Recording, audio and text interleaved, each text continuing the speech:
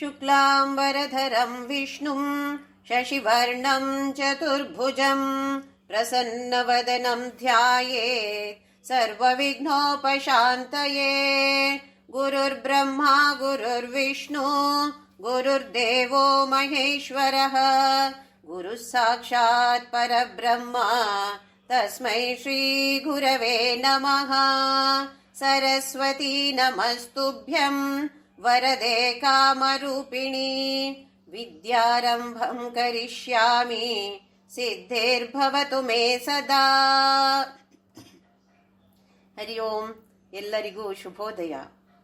ನೂತನವಾದ ಪುರಾತನವಾದ ಅತೀ ಪವಿತ್ರವಾದ ನಮ್ಮ ಒಳಗೆ ಇರುವಂತಹ ಈ ಸುಂದರವಾದ ದೇವಾಲಯಕ್ಕೆ ಎಲ್ಲರಿಗೂ ಪ್ರೀತಿಯ ಆತ್ಮೀಯ ಸ್ವಾಗತ.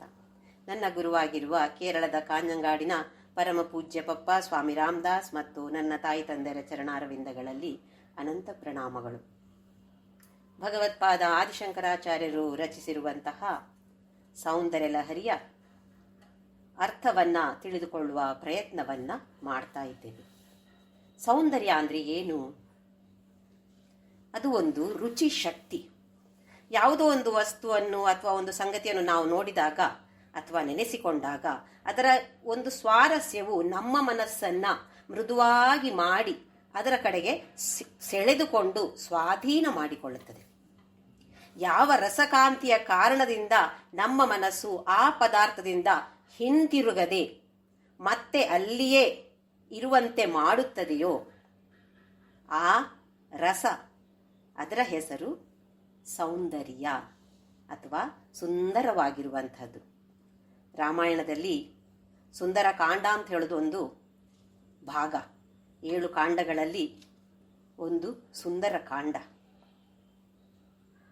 ಅದರಲ್ಲಿ ಆಂಜನೇಯ ಸೀತೆಯನ್ನ ಹುಡುಕಿ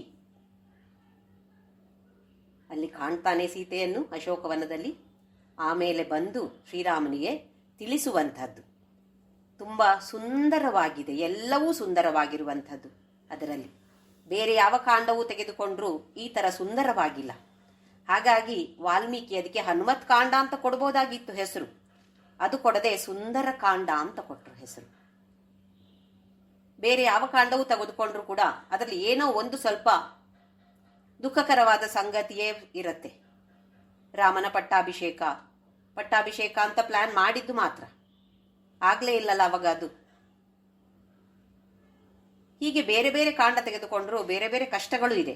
ಆದರೆ ಸುಂದರ ಕಾಂಡದಲ್ಲಿ ಎಲ್ಲವೂ ಸುಂದರವಾದದ್ದೇ. ಹಾಗೆ ಇಲ್ಲಿ ಕೂಡ ಸೌಂದರ್ಯ ಲಹರಿ ಅಂತ ಹೆಸರು ಕೊಟ್ಟಿದ್ದಾರೆ ಭಗವತ್ಪಾದರು. ಅಲೆ, ಸೌಂದರ್ಯದ ಅಲೆಯೇ. ಈ ಜಗನ್ಮಾತೆಯ ಜಗನ್ಮೋಹಿನಿಯಾದ ಜಗನ್ಮಾತೆಯ ಯಾವುದೇ ಅಂಗವನ್ನ ಗಮನಿಸಿದ್ರೂ ಕೂಡ ಅದು ಅತಿ ಸುಂದರವಾಗಿದೆ. ಬಹಿರಂಗವಾಗಿಯೂ ಸುಂದರ, ಅಂತರಂಗದಲ್ಲಿಯೂ ಸುಂದರ.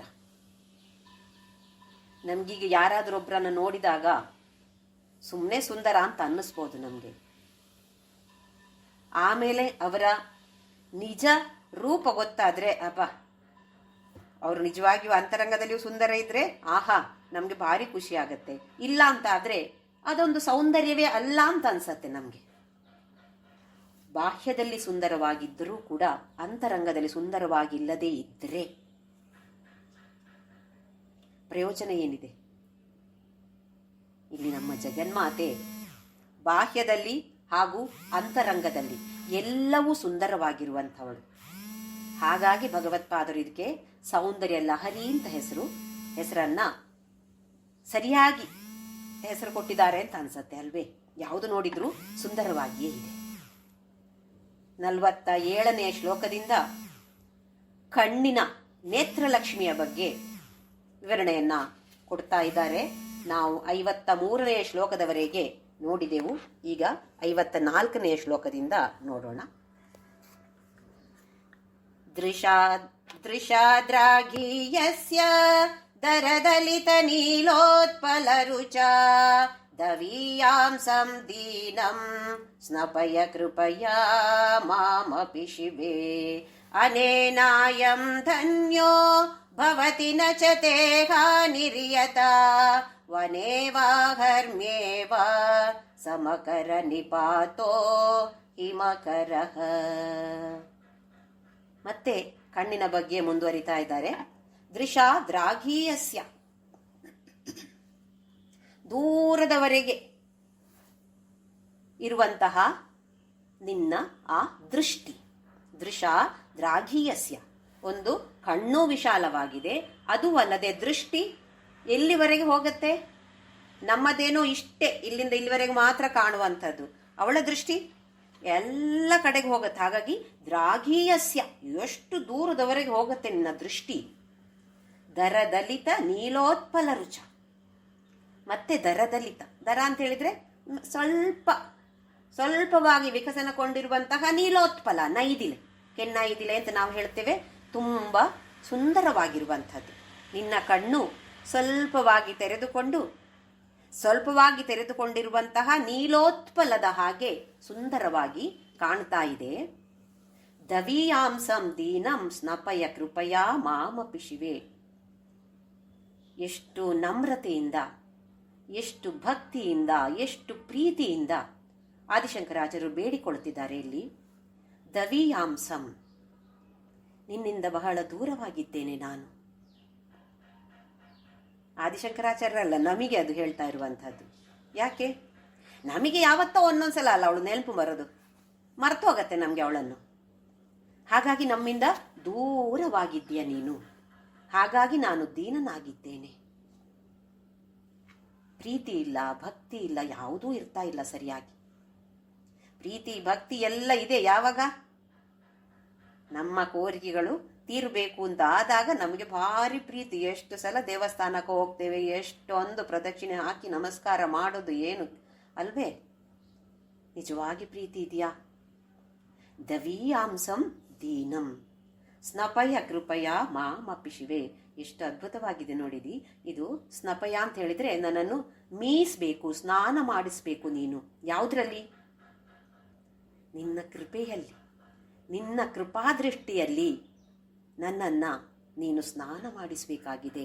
ನಾನು ಆ ಕೃಪಾದೃಷ್ಟಿಯಲ್ಲಿ ತೊಯ್ದು ಹೋಗಬೇಕು, ನೆನೆದು ಹೋಗಬೇಕು ನಾನು. ಇಷ್ಟು ನಮ್ರತೆಯಿಂದ ಆದಿಶಂಕರಾಚಾರ್ಯರು ತನ್ನ ತಾಯಿಯಲ್ಲಿ ಬೇಡಿಕೊಳ್ಳುತ್ತಿದ್ದಾರೆ. ನಿನ್ನ ಕೃಪಾದೃಷ್ಟಿಯನ್ನ ನನ್ನ ಮೇಲೆ ಹರಿಸು. ನಾನೆಲ್ಲಿಯೋ ದೂರದಲ್ಲಿದ್ದೇನೆ, ನಿನ್ನಿಂದ ದೂರವಾಗಿದ್ದೇನೆ. ನಿನ್ನ ಕೃಪಾದೃಷ್ಟಿ ನನ್ನ ಮೇಲೆ ಇಲ್ಲ ಅಂತ ಆದ್ರೆ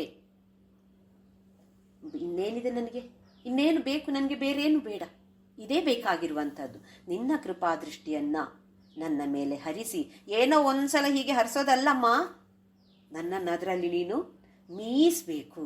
ನಾನು ಅದರಲ್ಲಿ ನೆನೆದು ಹೋಗಬೇಕು, ಮುಳುಗಿ ಹೋಗಬೇಕು ಅದರಲ್ಲಿ.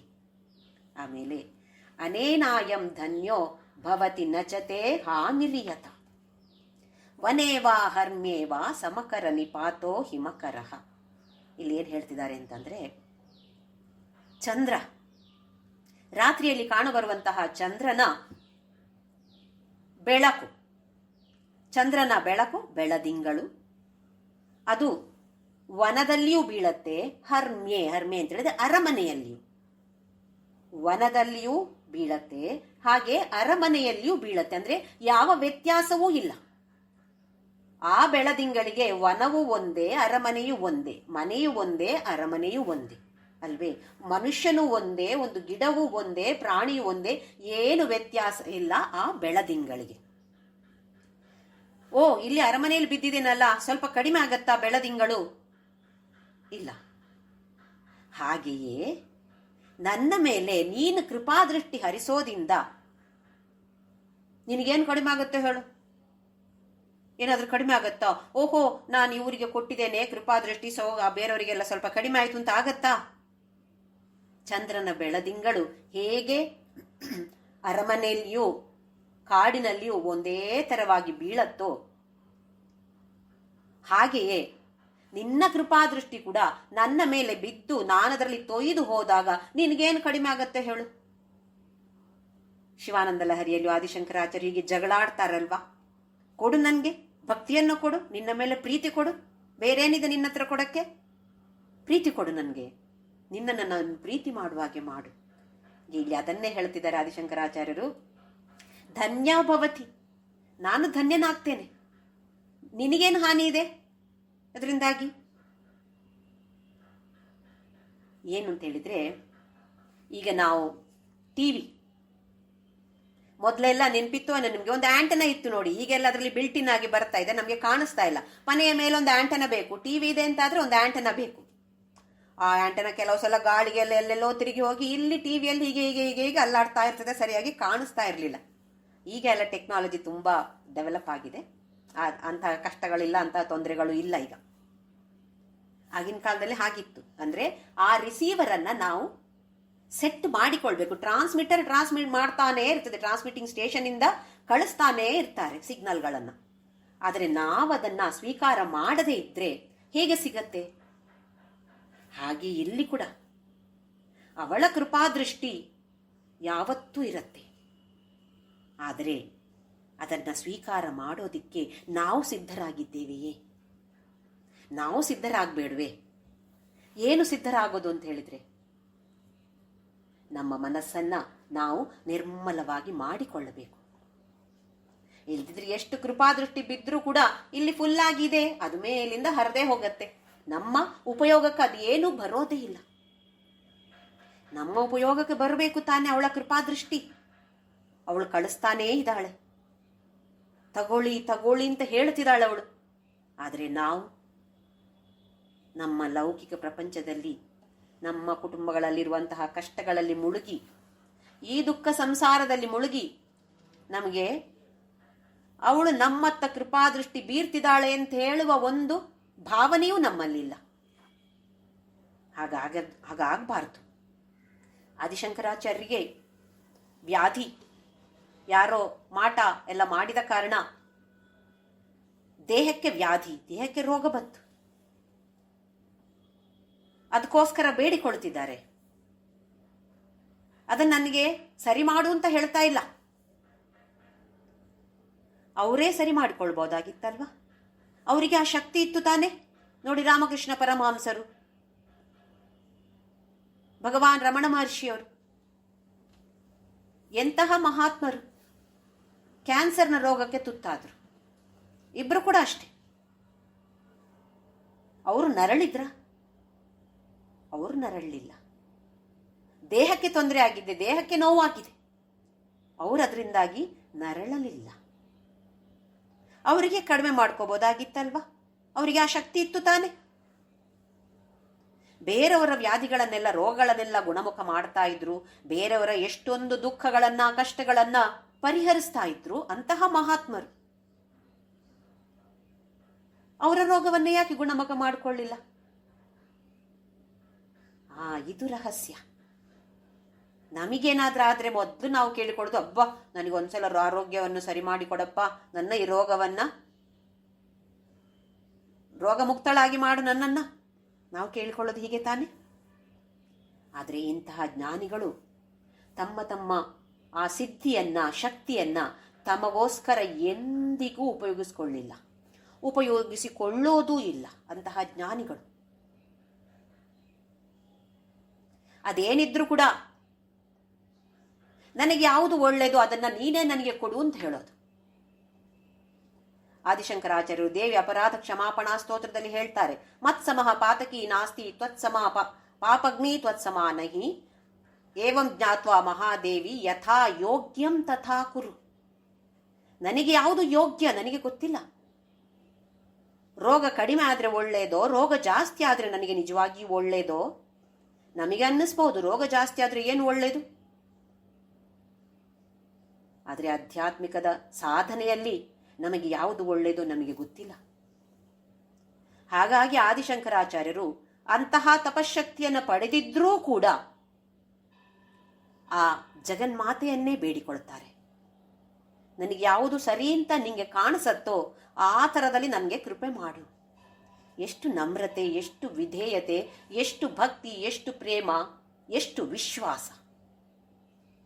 ಅದೇ ನಮಗಿದೆಯಾ ಇಲ್ವೇ? ನಾವದನ್ನ ಗಮನಿಸಬೇಕಾಗಿದೆ. ಇಂತಹ ಜ್ಞಾನಿಗಳಿಂದ ನಾವು ಕಲ್ತುಕೊಳ್ಳೋದು ಇದನ್ನ. ಏನೋ ಅವರು 4 ಶ್ಲೋಕ ಬರೆದ್ರು, ರಚನೆ ಮಾಡಿದ್ರು, ಅದನ್ನು ನಾವು ಅರ್ಥ ಮಾಡಿಕೊಳ್ಳೋದು ಅಂತ ವರ್ಡ್ ಬೈ ವರ್ಡ್ ಅರ್ಥ ಮಾಡಿಕೊಳ್ಳೋದಲ್ಲ. ಗಾಢವಾಗಿ ಏನನ್ನ ಸೂಚಿಸ್ತಾ ಇದ್ದಾರೆ, ಆಳವಾಗಿ ಏನಿದೆ ಇದರ ಅರ್ಥ, ಇದನ್ನು ನಾವು ಅರಿತುಕೊಂಡು ನಮ್ಮ ಜೀವನದಲ್ಲಿ ನಾವು ಅದನ್ನು ಹೇಗೆ ಅಳವಡಿಸಿಕೊಳ್ಳಬಹುದು, ಇದರ ಬಗ್ಗೆ ನಾವು ಚಿಂತನೆಯನ್ನ ಮಾಡಬೇಕಾಗಿದೆ. ಮುಂದಕ್ಕೆ ನೋಡೋಣ. ಇಲ್ಲಿಯವರೆಗೆ ಕಣ್ಣಿನ ವಿವರಣೆಯನ್ನೇ ಕೊಟ್ಟಿದ್ದಾರೆ. ಇನ್ನು ಮುಂದೆದ್ದು ಕಣ್ಣನ್ನು ಸೇರಿಸಿಕೊಂಡು ಅರಾಲಂ ತೇ ಪಾಲಿಯುಗಲಂ ಅಗರಾಜನ್ಯತನಯೇ ನಕೇಶಾಮಾಧತ್ತೆ ಕುಸುಮ ಶರಕೋದಂಡ ಕುತುಕಂ ತಿರಶ್ಚೀನೋ ಯತ್ರ ಶ್ರವಣಪಥ ಮುಲ್ಲಂಘ್ಯ ವಿಲಸನ್ ಅಪಾಂಗ ವ್ಯಾಸಂಗೋ ದಿಶತಿ ಶರಸಂಧಾನಧಿಷಣ. ಸುಮಾರು ಶ್ಲೋಕಗಳಲ್ಲಿ ಆದಿಶಂಕರಾಚಾರ್ಯರು ಈ ಜಗನ್ಮಾತೆಯ ಕಣ್ಣು, ಹುಬ್ಬು, ಕಣ್ಣಿನ ರೆಪ್ಪೆ ಅಥವಾ ದೃಷ್ಟಿ ಎಲ್ಲವನ್ನು ಕೂಡ ಸೇರಿಸಿಕೊಂಡು ಮನ್ಮಥನ ಬಾಣ ಮತ್ತು ಬಿಲ್ಲು ಇದಕ್ಕೆ ಹೋಲಿಸ್ತಾ ಇದ್ದಾರೆ. ಹುಬ್ಬನ ನಾವು ನೋಡಿದ್ವಿ, ಭ್ರುವೋ ಬುಗ್ನೆ ಕಿಂಚಿತ್ ಭುವನ ಭವ್ಯಭಂಗ ವ್ಯಸನಿನಿ ಅಂತ. ಭ್ರು ಅಂತ ಹೇಳಿದ್ರೆ ಹುಬ್ಬಿನ ಬಗ್ಗೆ. ಬಿಲ್ಲಿನ ಹಾಗೆ ಕಾಣ್ತಾ ಇದೆ, ಮನ್ಮಥನ ಬಿಲ್ಲಿನ ಆಕಾರದಲ್ಲಿದೆ ನಿನ್ನ ಹುಬ್ಬು, ಮನ್ಮಥನ ಬಿಲ್ಲೋ ಅಂತ ಹೇಳುವಾಗೆ ಕಾಣಿಸ್ತಾ ಇದೆ ನನಗೆ ಅಂತ ಹೇಳಿದ್ರು. ಈಗ ಇಲ್ಲಿ ಅರಾಲಂ ತೇ ಪಾಲಿ ಯುಗಲಂ, ಅರಾಲ ಅಂತ ಹೇಳಿದ್ರೆ ಸ್ವಲ್ಪ ಡೊಂಕಾಗಿರೋದು ಅಥವಾ ಕರ್ವ್ ಅಂತ ಹೇಳ್ತೀವಲ್ಲ ಹಾಗಿರುವಂತದ್ದು. ಪಾಲಿ ಯುಗಲಂ, ಯಾವುದು ಪಾಲಿ ಅಂತ ಹೇಳಿದ್ರೆ, ಎರಡು ಪಾಲಿ ಅಂತ ಹೇಳಿದ್ರೆ ನಮ್ಮ ಕಿವಿ ಮತ್ತೆ ಕಣ್ಣಿನ ಮಧ್ಯದಲ್ಲಿರುವಂತಹ ಈ ಭಾಗ, ಈ ಭಾಗಕ್ಕೆ ಕನ್ನಡದಲ್ಲಿ ಕಪೋಲ ಅಂತ ಹೇಳ್ತಾರೆ. ಕೆನ್ನೆಯಿಂದ ಮೇಲೆ, ಹಣೆಯಿಂದ ಕೆಳಗಡೆ, ಕಿವಿ ಮತ್ತೆ ಕಣ್ಣಿನ ಮಧ್ಯದಲ್ಲಿ ಬರುವಂತಹದ್ದು ಈ ಜಾಗಕ್ಕೆ ಪಾಲಿ ಅಂತ ಹೆಸರು. ಅರಾಲಂ ಹೇಗಿದೆ, ಸ್ವಲ್ಪ ಡೊಂಕಾಗಿದೆ, ಹೀಗೆ ಸ್ಟ್ರೈಟ್ ಅಲ್ಲ, ಸ್ವಲ್ಪ ಕರ್ವ್ ಆಗಿದೆ, ಡೊಂಕಾಗಿದೆ. ಅಗರಾಜನ್ಯ ತನಗೆ, ಅಗ ಅಂತ ಹೇಳಿದ್ರೆ ಪರ್ವತ, ಪರ್ವತ ರಾಜನ ಮಗಳು. ನಕೇಶ ಮಾಧತ್ತೆ ಕುಸುಮ ಶರ ಕೋದಂಡ ಕುತುಕ. ಮತ್ತೆ ನೋಡಿ ಇಲ್ಲಿ ಕುತುಕ ಅಂತ ಹೇಳಿದ್ರೆ ಒಂಥರ ಸೌಂದರ್ಯ, ಎಷ್ಟು ಸುಂದರವಾಗಿದೆ ಅಂತ ಹೇಳಿದ್ರೆ ನನಗೆ ಯಾವ ತರದ ನಕೇಶ ಮಾಧತ್ತೆ, ನನಗೆ ಯಾವ ತರದ ಒಂದು ಭಾವನೆ ಬರ್ತಾ ಇದೆ ಅಂತ ಹೇಳಿದ್ರೆ ಕುಸುಮ ಶರ ಕೋದಂಡ. ಹುಬ್ಬನ್ನ ಬಿಲ್ಲಿನ ಹಾಗೆ ಅಂತ ಹೇಳಿದ್ರು. ಈ ಬಿಲ್ ಹೇಗಿದೆ, ಇಲ್ಲಿಗೆ ಬಂದು ಇಲ್ಲಿ ಹೀಗೆ ಟರ್ನ್ ಆಗತ್ತೆ ನೋಡಿ. ನಾವು ಬಿಲ್ಲಿನ ಆಕಾರವನ್ನು ನೋಡಿದ್ರೆ ಹೀಗೆ ಬಂದು ಹೀಗೆ ಮತ್ತೆ ಸುಳಿಯ ಹಾಗೆ ತಿರುಗತ್ತೆ, ಅದು ಆ ಮಧ್ಯದಲ್ಲಿ ಹಿಡ್ಕೊಳ್ತಾರೆ ಅಲ್ವೇ, ಆ ಆಕಾರದಲ್ಲಿ ಕಾಣಿಸ್ತಾ ಇದೆ ನನಗೆ. ಹಾಗಾಗಿ ನನಗೆ ಅದು ಬಿಲ್ಲಿನ ಹಾಗೆ ಕಾಣಿಸ್ತಾ ಇದೆ, ಬಿಲ್ಲಿನ ಸೌಂದರ್ಯ. ಹೇಗೆ ಅಂತ ಹೇಳಿದ್ರೆ ತಿರಶ್ಚೀನೋ ಯತ್ರ ಶ್ರವಣ ಪಥ ಮುಲ್ಲಂಘ್ಯ ವಿಲಸನ್ ಅಪಾಂಗ ವ್ಯಾಸಂಗೋ ದಿಶತಿ ಶರಸಂಧಾನ ದಿಶಣ. ಹೇಗೆ ಅಂತ ಹೇಳಿದ್ರೆ ಮನ್ಮಥನ ಬಾಣ, ಇವಾಗ ಬಿಲ್ಲಿನಲ್ಲಿ ಬಾಣವನ್ನ ಹೂಡಿದ್ದಾನೆ ಮನ್ಮಥ. ಬಾಣ ಯಾವುದಿಲ್ಲೀಗ, ರೆಪ್ಪೆ ನೋಡಿದೆವು, ಬಾಣಕ್ಕೆ ಕಟ್ಟಿರುವಂತಹ ಕಣ್ರೆಪ್ಪೆ, ಬಾಣಕ್ಕೆ ಕಟ್ಟಿರುವಂತಹ ಪಕ್ಷಿಯ ಪುಕ್ಕಗಳು ಮೆತ್ತಗೆ ಆಗಬೇಕು ತಾನೆ, ಇಲ್ದಿದ್ರೆ ಕೈಯಿಂದ ಬಿಟ್ಟು ಹೋಗೋ ಸೊರ್ರಂತ ಅದು ಹೋಗತ್ತೆ ನೋಡಿ, ಅಷ್ಟೊತ್ತಿಗೆ ಕೈಗೆ ನೋವಾಗತ್ತೆ ಅಂತ ಅದಕ್ಕೆ ಸೈಡಲ್ಲೆಲ್ಲ ಕಟ್ಟಿರ್ತಾರಂತೆ. ಅದು ಕಣ್ರೆಪ್ಪೆ ಅಂತ ಆಯಿತು. ತಿರಶ್ಚೀನೋ, ತಿರ ಅಂತ ಹೇಳಿದ್ರೆ ಬಾಣ, ಶ್ರವಣ ಪಥ ಮುಲ್ಲಂಘ್ಯ ವಿಲಸನ್, ಶ್ರವಣ ಪಥ ಇಲ್ಲಿವರೆಗೆ ಕಿವಿಯವರೆಗೆ ಬಂದಿದೆ ಏನು, ಅಪಾಂಗ ವ್ಯಾಸಂಗ, ನಿನ್ನ ಅಪಾಂಗ ದೃಷ್ಟಿ, ಒಂದು ವಾರೆ ನೋಟ, ಆ ವಾರೆ ನೋಟ ಅಬ್ಬಬ್ಬಬ್ಬಬ್ಬ ಇಲ್ಲಿವರೆಗೆ ಕಿವಿಯವರೆಗೆ ಇದೆ, ಅದಕ್ಕೆ ವಿಶಾಲ ಅಂತ ಹೇಳಿದ್ರು. ಅಪಾಂಗ ವ್ಯಾಸಂಗೋ ದಿಶತಿ ಶರಸಂಧಾನ ದಿಶಣ. ಮನ್ಮಥ ಇನ್ನೇನು ಸಿದ್ಧ ಮಾಡಿಕೊಂಡಿದ್ದಾನೆ ಬಾಣವನ್ನ. ಎಲ್ಲಿ, ಇವಳ ಮುಖದಲ್ಲಿ. ಕಣ್ಣು ಹುಬ್ಬು ಇದೆಲ್ಲ ಸೇರಿಕೊಂಡು ಆ ಒಂದು ವಾರೆ ನೋಟವೇ, ನಿನ್ನ ವಾರೆ ನೋಟವೇ ಅವನಿಗಿರುವಂತಹ ಬಾಣ. ಕಣ್ಣು ರೆಪ್ಪೆ, ಆ ಬಾಣಕ್ಕೆ ಕಟ್ಟಿರುವಂತಹ ಪುಕ್ಕಗಳು. ಈ ಹುಬ್ಬು ಅಂತ ಹೇಳೋದು, ಹುಬ್ಬು ಮತ್ತೆ ಈ ಪಾಲಿ ಇದು ಸೇರಿಸಿ ಬಿಲ್ಲಾಯ್ತು. ಇನ್ನೇನು ಬಾಣವನ್ನ ಬಿಡೋದು ಮಾತ್ರ ಬಾಕಿ ಇರೋದು.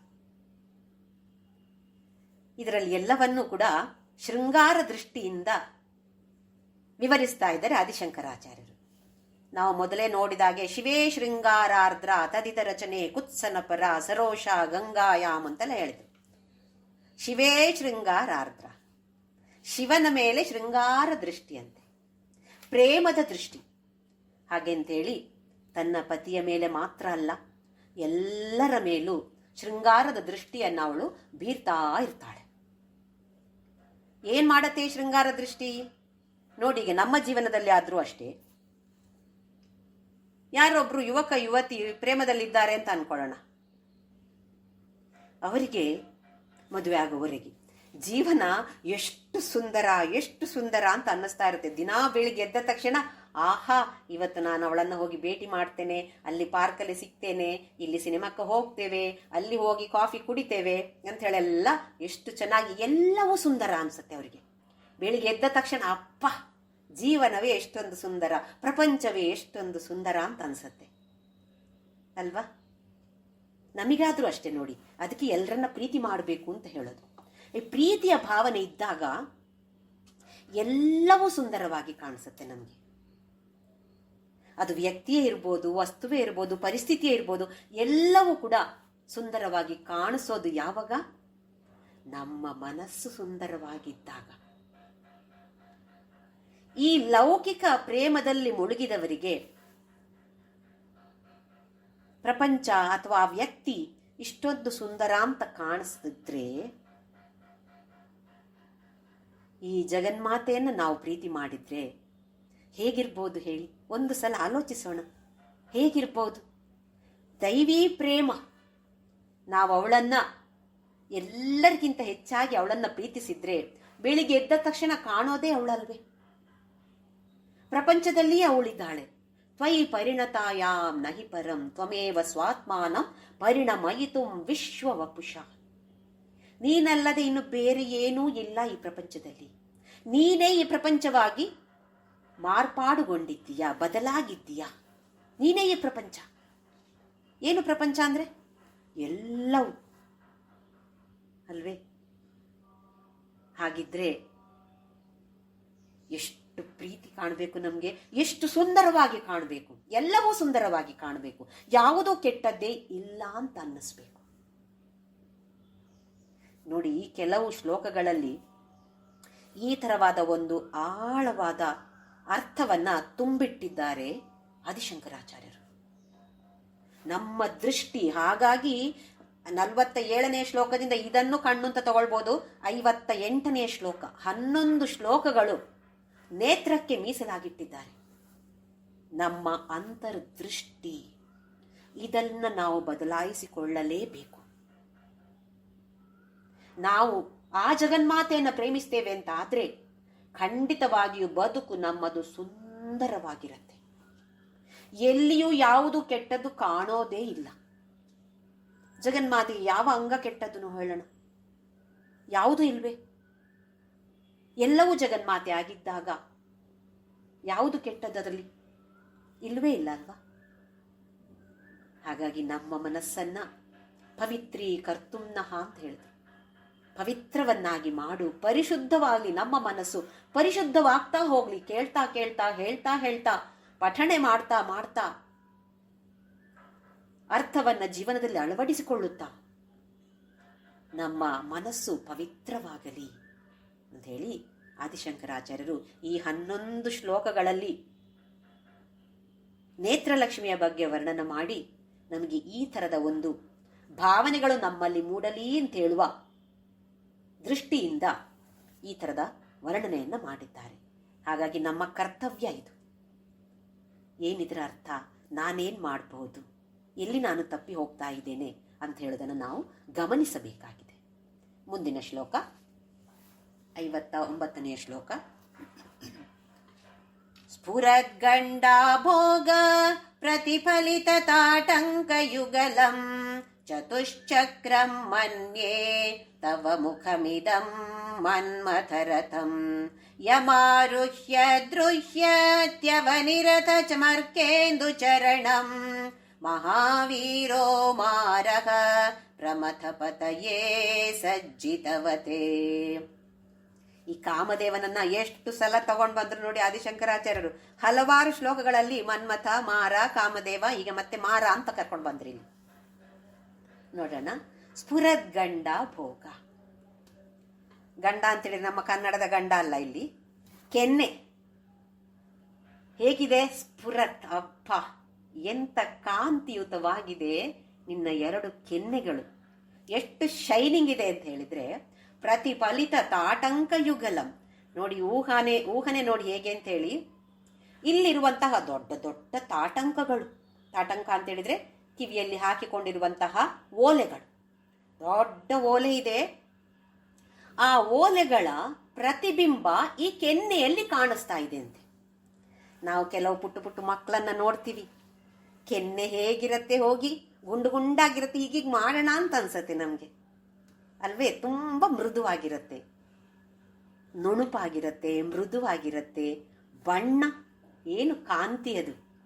ಆ ಬಣ್ಣದಲ್ಲಿ, ಆ ಕಾಂತಿಯಲ್ಲಿ ಹೇಗೆ ಒಂದು ಕನ್ನಡಿಯಲ್ಲಿ ಒಂದು ಪ್ರತಿಬಿಂಬ ಕಾಣಿಸುತ್ತೋ ಹಾಗೆಯೇ ಈ ತಾಟಂಕಗಳ ಪ್ರತಿಬಿಂಬ ಇಲ್ಲಿ ಕಾಣಿಸ್ತಾ ಇದೆ.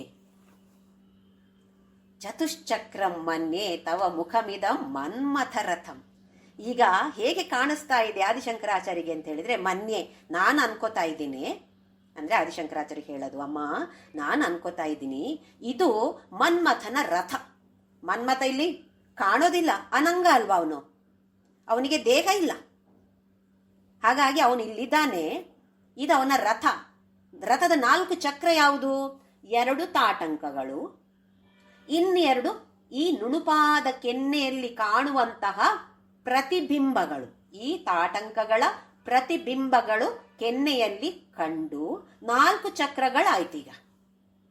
ಚತುಶ್ಚಕ್ರ. ಯಾರ ರಥ? ಮನ್ಮಥ. ತವ ಮುಖಮಿದಂ, ನಿನ್ನ ಮುಖ ಈಗ ಮನ್ಮಥನ ರಥ ಆಗಿದೆ. ಯಮಾರುಹ್ಯ, ಯಂ ಆರುಹ್ಯ, ಅದ ಯಾವುದನ್ನ ಏರಿ, ಈಗ ಏರ್ತಾನೆ ಮನ್ಮಥ, ಅದನ್ನ ಏರಿ. ದೃಹ್ಯತಿ ಅವನಿರಥಂ ಅರ್ಕೇಂದು ಚರಣ. ದೃಹ್ಯತಿ ಅಂತ ಹೇಳಿದ್ರೆ ಶಿವನ ಮನ ಕದರ್ಬೇಕಲ್ವಾ, ಕದಡ್ಬೇಕೀಗ. ಶಿವನ ಮನದಲ್ಲಿ ಕ್ಷೋಭೆ ಉಂಟು ಮಾಡಬೇಕು ಮನ್ಮಥ. ಅದಕ್ಕೋಸ್ಕರ ಹಾಗೆ ಪ್ರಯತ್ನವನ್ನ ಅವನು ಮಾಡ್ತಾನೆ. ಈಗ ಅನಂಗನಾಗಿ ಅವನು ಕಾಣಿಸೋದಿಲ್ಲ, ಅವನ ರಥ ಇದೆ, ಅವನ ಬಿಲ್ಲು ಬಾಣ ಎಲ್ಲ ನನಗೆ ಕಾಣಿಸ್ತಾ ಇದೆ. ಈಗ ಶಿವನ ವರ್ಣನೆ. ಅವನಿರಥ, ಶಿವನೇನು ಕಡಿಮೆನಾ? ಅವನು ಇದ್ದಾನೆ. ಅವನಿಗೆ ರಥ ಯಾವುದು? ಅವನಿ. ಅವನಿ ಅಂತ ಹೇಳಿದ್ರೆ ಭೂಮಿ. ಭೂಮಿ ತಾಯಿ ಅವನ ರಥ. ಅರ್ಕ ಇಂದು ಚರಣ. ಅರ್ಕ ಅಂತ ಹೇಳಿದ್ರೆ ಸೂರ್ಯ, ಇಂದು ಅಂತ ಹೇಳಿದ್ರೆ ಚಂದ್ರ. ಅವನ ರಥ ಭೂಮಿ, ಅದಕ್ಕೆ 2 ಚಕ್ರಗಳಿವೆ, ಒಂದು ಸೂರ್ಯ, ಒಂದು ಚಂದ್ರ. ಮಹಾವೀರೋ ಮಾರಹ ಅಂದ್ರೆ ಅದರಲ್ಲಿ ಮಾರನ ಜೊತೆ ಪ್ರಮಥಪತೆಯೇ ಸಜ್ಜಿತವತೆ. ಪ್ರಮಥಪತಿ ಅಂದ್ರೆ ಶಿವ, ಪ್ರಮಥ ಗಣಗಳ ಪತಿ ಅವನು, ಹಾಗಾಗಿ ಅವನಿಗೆ ಪ್ರಮಥಪತಿ ಅಂತ ಹೆಸರು. ಇಬ್ರು ಸಜ್ಜಾಗ್ತಿದ್ದಾರೆ. ಈ ಕಡೆ ಜಗನ್ಮಾತೆಯ ಮುಖದಲ್ಲಿ ತನ್ನ ರಥವನ್ನ ಸಜ್ಜು ಮಾಡಿಕೊಳ್ತಾ ಇದ್ದಾನೆ ಮನ್ಮಥ. ಆ ಕಡೆ ಇಬ್ರು ಬೇಕು ತಾನೆ, ಯುದ್ಧ ಆಗ್ಬೇಕುದ್ರೆ ಇಬ್ರು ಬೇಕು ತಾನೆ. ಆ ಕಡೆಯಲ್ಲಿ ಶಿವ. ಅವನ ರಥ ಯಾವುದು? ಅವನ ರಥ ಅವನಿರಥ ಅಂದ್ರೆ ಭೂಮಿಯೇ ರಥ. ಸೂರ್ಯ ಮತ್ತೆ ಚಂದ್ರ ಚಕ್ರಗಳಾಗಿರುವಂತಹ ರಥ ಅವನದ್ದು. ಅವನೇನು ಕಡಿಮೆ ಇದ್ದಾನ? ಇಲ್ವಲ್ಲ. ಹಾಗಾಗಿ ಪ್ರಯತ್ನ ಮಾಡ್ತಾನೆ ಮನ್ಮಥ. ಮನ್ಮಥನ ಪ್ರಯತ್ನ ನಮಗೆ ಗೊತ್ತಿದೆ. ಈ ಪಾರ್ವತಿ ತಪಸ್ಸನ್ನ ಮಾಡ್ತಾಳೆ. ಅದಕ್ಕಿಂತ ಮೊದಲು ದೇವತೆಗಳೆಲ್ಲರೂ ಕೂಡ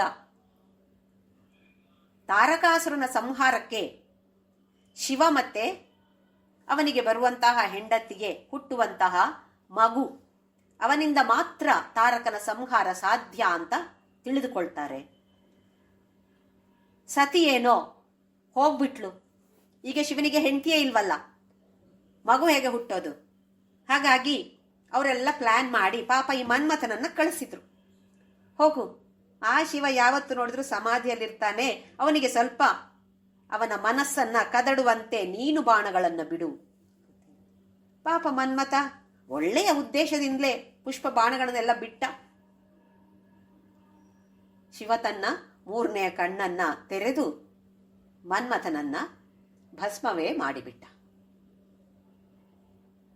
ಆಮೇಲೆ ಆ ಭಸ್ಮವಾದ ಮನ್ಮಥ ಜಗನ್ಮಾತೆಯನ್ನು ಆರಾಧಿಸಿ ಅವಳು ಅವನಿಗೆ ಮತ್ತೆ ಜೀವವನ್ನ ಕೊಡ್ತಾಳೆ.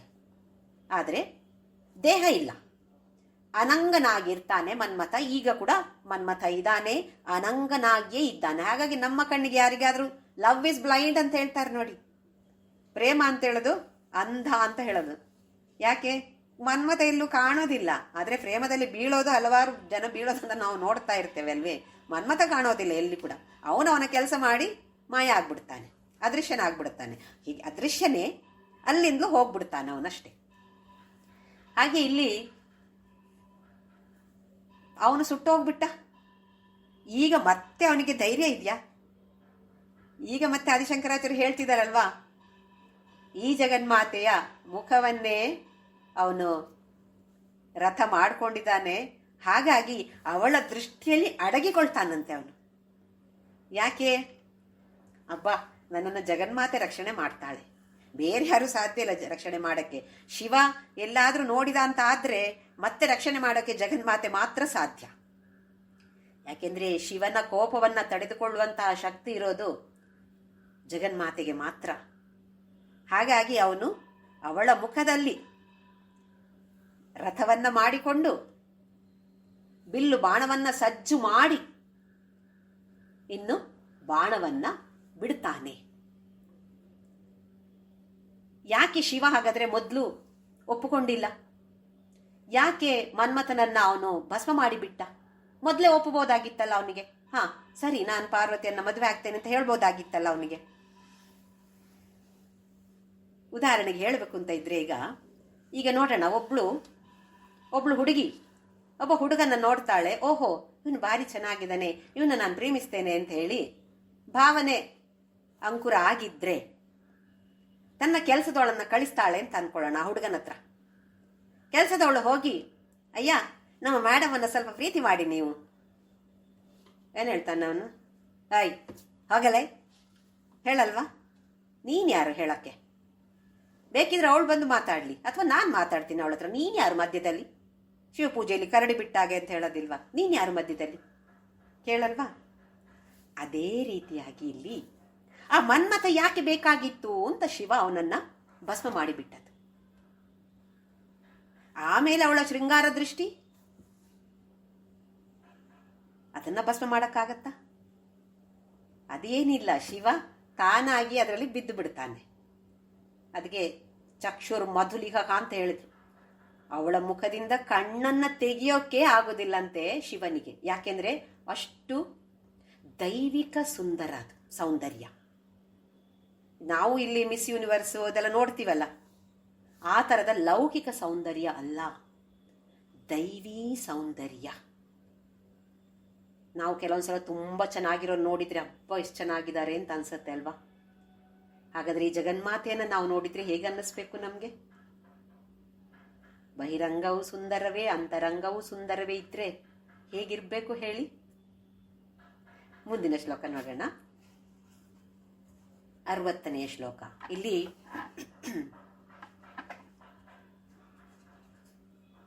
ಕಾಮನನ್ನ ಭಸ್ಮ ಮಾಡಿಬಿಟ್ಟ ಅಂತ ಹೇಳಿದ್ರೆ ನಾವು ಅದನ್ನು ಕೂಡ ಗಮನಿಸಬೇಕು. ಶಿವ ಯಾಕೆ ಕಾಮನನ್ನ ಭಸ್ಮ ಮಾಡಿಬಿಟ್ಟ ಅಂತ ಹೇಳಿದ್ರೆ, ನಮ್ಮಲ್ಲಿಯೂ ಅಷ್ಟೇ ಬಹಳ ಆಳವಾಗಿ ಬೇರೂರಿರುವಂತಹ ಆಸೆಗಳು, ಇದನ್ನು ನಾವು ಭಸ್ಮ ಮಾಡಬೇಕು ಅಂತ ಹೇಳಿ ಆದಿಶಂಕರಾಚಾರ್ಯ ನಮಗೆ ಬೋಧಿಸ್ತಾ ಇದ್ದಾರೆ. ಪ್ರಯತ್ನವನ್ನ ಮಾಡ್ತಾ ಹೋಗಬೇಕು. ಕೋರಿಕೆಗಳು ಬೇಡವೇ? ಬೇಕು, ಕೋರಿಕೆಗಳು ಬೇಕು. ಲೌಕಿಕ ಕೋರಿಕೆಗಳನ್ನ ಕಡಿಮೆ ಮಾಡ್ತಾ ಮಾಡ್ತಾ ಅಧ್ಯಾತ್ಮದ ಕೋರಿಕೆಗಳು ಜಾಸ್ತಿ ಆಗ್ತಾ ಹೋಗಬೇಕು. ಚಿಕ್ಕದಿರುವಾಗ ಇದ್ದಾಗಿರುವ ಕೋರಿಕೆಗಳು ಈಗ ಇಲ್ಲ, ನಮಗೆ ಬದಲಾಗಿಲ್ವೇ? ನಾವು ಹಾಗಾದ್ರೆ ನಮಗೆ ಬದಲಾವಣೆ ತೆಗೆದುಕೊಂಡು ಬರೋದು ನಮಗೆ ಗೊತ್ತಿದೆ, ತಿಳಿದಿದೆ ನಮಗೆ. ನಾವಲ್ಲಿ ಗಮನವನ್ನ ಕೊಡ್ತಾ ಇಲ್ಲ. ಇನ್ನೂ ಎಷ್ಟು ವರ್ಷ ನಾವು ಲೌಕಿಕ ಕೋರಿಕೆಗಳಲ್ಲೇ ಮುಳುಗಿಕೊಂಡಿರುವಂಥದ್ದು. ಅಧ್ಯಾತ್ಮ ಕೋರಿಕೆಗಳನ್ನು ಬೆಳೆಸಿಕೊಳ್ಳಿ ಅಂತೇಳಿ ಆದಿಶಂಕರಾಚಾರ್ಯರು ನಮಗೆ ಬೋಧಿಸ್ತಾ ಇದ್ದಾರೆ. ಮುಂದಿನ ಶ್ಲೋಕ 60ನೇ ಶ್ಲೋಕ. ಸರಸ್ವತ್ಯಾ ಸೂಕ್ತಿ ಅಮೃತಲಹರಿ ಕೌಶಲಹರಿ ಪಿಬಂತ್ಯಾ ಶರ್ವಾಣಿ ಶ್ರವಣಚುಲುಕಾಭ್ಯಾಮವಿರಲಂ ಚಮತ್ಕಾರ ಶ್ಲಾಘ ಚಲಿತ ಶಿರಸ ಕುಂಡಲಗಣೋ ಝಣತ್ಕಾರೈಸ್ತಾರೈಃ ಪ್ರತಿವಚನಮಾಚಷ್ಟ ಇವತೆ. ಈ ಶ್ಲೋಕವನ್ನ 2 ರೀತಿಯಿಂದ ನೋಡಬಹುದು.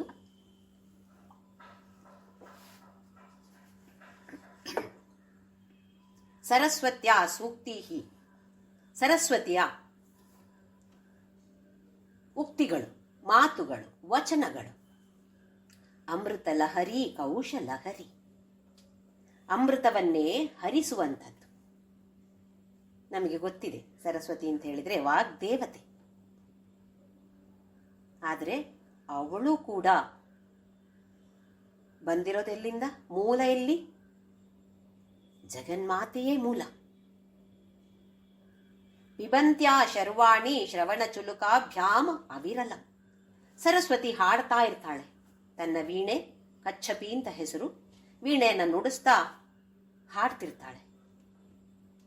ಅವಿರಲ ಅಂದ್ರೆ ವಿರಾಮವೇ ಇಲ್ಲದೆ ಕಂಟಿನ್ಯೂಸ್ ಆಗಿ ಹಾಡ್ತಾ ಇರ್ತಿಬೇಕಿದ್ರೆ ಪಿಬಂತ್ಯ, ಅದನ್ನು ಕುಡಿಯುವಂಥದ್ದು, ಆಸ್ವಾದಿಸುವಂಥದ್ದು. ಹೇಗೆ? ಶರ್ವಾಣಿ ಶ್ರವಣ ಚುಲುಕಾಭ್ಯಾಮ್. ಚುಲುಕ ಅಂತ ಹೇಳಿದ್ರೆ ಕಪ್ಪು, ಬೌಲ್. ಶ್ರವಣ ನೋಡಿ, ಕಿವಿ ಅಂತ ಹೇಳಿದ್ರೆ ಬೌಲ್ನಾಗೆ ಇಲ್ವಾ, ಒಂದು ಪಾತ್ರೆ ಆಗಿಲ್ವಾ, ಇಲ್ಲಿ ತುಂಬಿಸಿಕೊಳ್ಬಹುದು ಸ್ವಲ್ಪ. ಈ ಕಿವಿ ಅಂತ ಹೇಳುವ ಗ್ಲಾಸ್ಗಳಲ್ಲಿ ಅಥವಾ ಬೌಲ್ ಕಪ್ಗಳಲ್ಲಿ ಸರಸ್ವತಿಯ ಅಮೃತ ಲಹರಿಯನ್ನ ಈ ಶರ್ವಾಣಿ ತನ್ನ ಕಿವಿಯಲ್ಲಿ ತುಂಬಿಸಿಕೊಳ್ತಾ ಇದ್ದಾಳೆ. ಚಮತ್ಕಾರ ಶ್ಲಾಘ ಚಲಿತ ಶಿರಸ ಕುಂಡಲಗಣ. ಎಷ್ಟು ಚೆನ್ನಾಗಿದೆ, ಎಷ್ಟು ಅದ್ಭುತವಾಗಿದೆ ಸರಸ್ವತಿಯ ಸಂಗೀತ, ಸರಸ್ವತಿಯ ಗಾಯನ. ಅದನ್ನ ಕೇಳ್ತಾ ಕೇಳ್ತಾ ಕೇಳ್ತಾ ಅದ್ಭುತ, ಶ್ಲಾಘಿಸುದು. ವಾವ್, ಶಬ್ಬಾಸ್ ಶಬ್ಬಾಸ್ ಅಂತ ಹೇಳೋದಿಲ್ವೇ ನಾವು? ಹೇಗ್ ಮಾಡ್ತೀವಿ ಈಗ ನೋಡಿ, ಯಾರಾದ್ರೂ ಸಂಗೀತ ಕಚೇರಿ, ಸಂಗೀತ ಪ್ರೇಮಿಗಳು, ಯಾರೋ ಸುಮ್ಮನೆ ಹೋಗಿ ಕೂತವರಲ್ಲ, ಸಂಗೀತ ಪ್ರೇಮಿಗಳು ಸಂಗೀತ ಕಚೇರಿಯಲ್ಲಿ ಕೂತಾಗ ತಲೆಯನ್ನ ಹೀಗೆ ರಾಗಕ್ಕೆ ತಾಳಕ್ಕೆ ಎಲ್ಲ ಸರಿಯಾಗಿ ತಲೆ ದುಗುತ್ತಾ ಇರ್ತಾರೆ, ತಲೆಯನ್ನ ಅಲ್ಲಾಡಿಸ್. ನಾವು ಕೂಡ ಅಷ್ಟೇ, ಯಾವುದೋ ಒಂದು ಭಜನೆ ನಾವು ಕೂಡ ಹೀಗೆ ಹೀಗೆ ಹೀಗೆ ಎಲ್ಲ ಮಾಡ್ತಾ ಇರ್ತೀವಲ್ವೇ. ಇವಳು ಅದನ್ನ ತನ್ನ ಕಿವಿಗಳ ಮೂಲಕ, ಕಪ್ಪನಾಗಿರುವಂತಹ ಕಿವಿಗಳ ಮೂಲಕ ಸ್ವೀಕಾರ ಮಾಡಿ ಆಸ್ವಾದಿಸಿ ಅದಕ್ಕೆ ಶ್ಲಾಘನೆಯನ್ನ ಹೇಗೆ ಕೊಡ್ತಿದ್ದಾಳೆ? ಚಲಿತ ಶಿರಸಃ, ತಲೆಯನ್ನ ಹೀಗೆ ತೂಗ್ತಾ ಇದ್ದಾಳೆ. ಕುಂಡಲಗಣೋ ಝಣತ್ಕಾರೈಸ್ತಾರೈಃ. ಇದು ನನ್ನ ಒಂದು ಫೇವ್ರೆಟ್ ಶ್ಲೋಕ. ಏನಾಗ್ತಾ ಇದೆ ಅವಳು ತಲೆಯನ್ನು ಅಲ್ಲಾಡಿಸುವಾಗ ಅಂತ ಹೇಳಿದ್ರೆ, ಹಾಕಿಕೊಂಡಿರುವ ದೊಡ್ಡ ಕುಂಡಲ, ಅದರಲ್ಲಿ ದೊಡ್ಡ ಜುಂಕಗಳಿವೆ. ತಲೆಯನ್ನ ಹೀಗೆ ಹೀಗೆ ತೂಗುವಾಗ ಅದು ಝಲ್ ಝಲ್ ಝಲ್ ಅಂತ ನಾದವನ್ನ ಮಾಡ್ತಾ ಇದೆಯಂತೆ. ನಾವು ಕೇಳ್ಬೋದು ಈ ನಾದವನ್ನ. ಆದರೆ ನಾವು ಪ್ರಪಂಚದ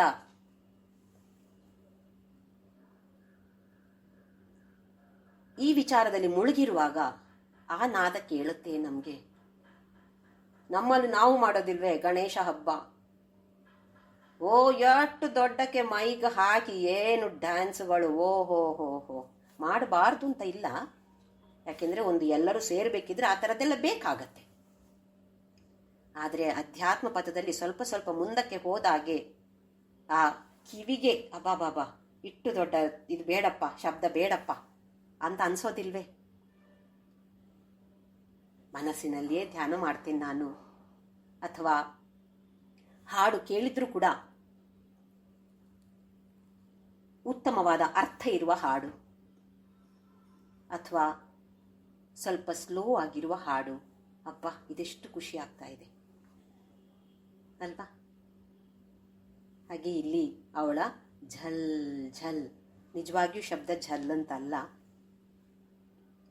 ಅವಳು ಹೊರಡಿಸುವ ನಾದ ಯಾವುದು ಹೇಳಿ? ಪ್ರಣವನಾದ.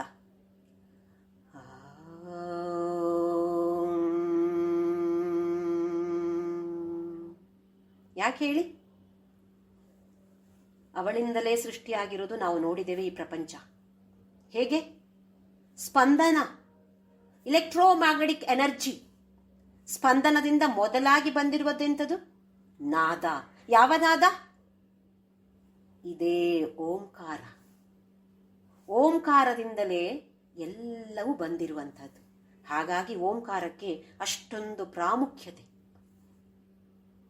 ನಾದದಿಂದ ಕಲಾ, ಕಲಾದಿಂದ ಆಮೇಲೆ ನಮ್ಮ ಈ ಶಕ್ತಿಗಳು, ಗುಣಗಳು, ಎಲ್ಲ ಪಂಚಭೂತಗಳು ಎಲ್ಲವೂ ಸೃಷ್ಟಿಯಾಯಿತು. ಆಮೇಲೆ ನಮ್ಮ ಪ್ರಪಂಚ, ನಾವು ಎಲ್ಲವೂ ಸೃಷ್ಟಿಯಾದದ್ದು. ಅವಳ ನಾದ ಅಂತ ಹೇಳಿದ್ರೆ ಅದು ಝುಂಕವೇ ಇರಲಿ, ಯಾವುದೇ ಇರಲಿ, ಅವಳ ನಾದ ಅಂತ ಹೇಳಿದ್ರೆ ಅದು ಪ್ರಣವವೇ.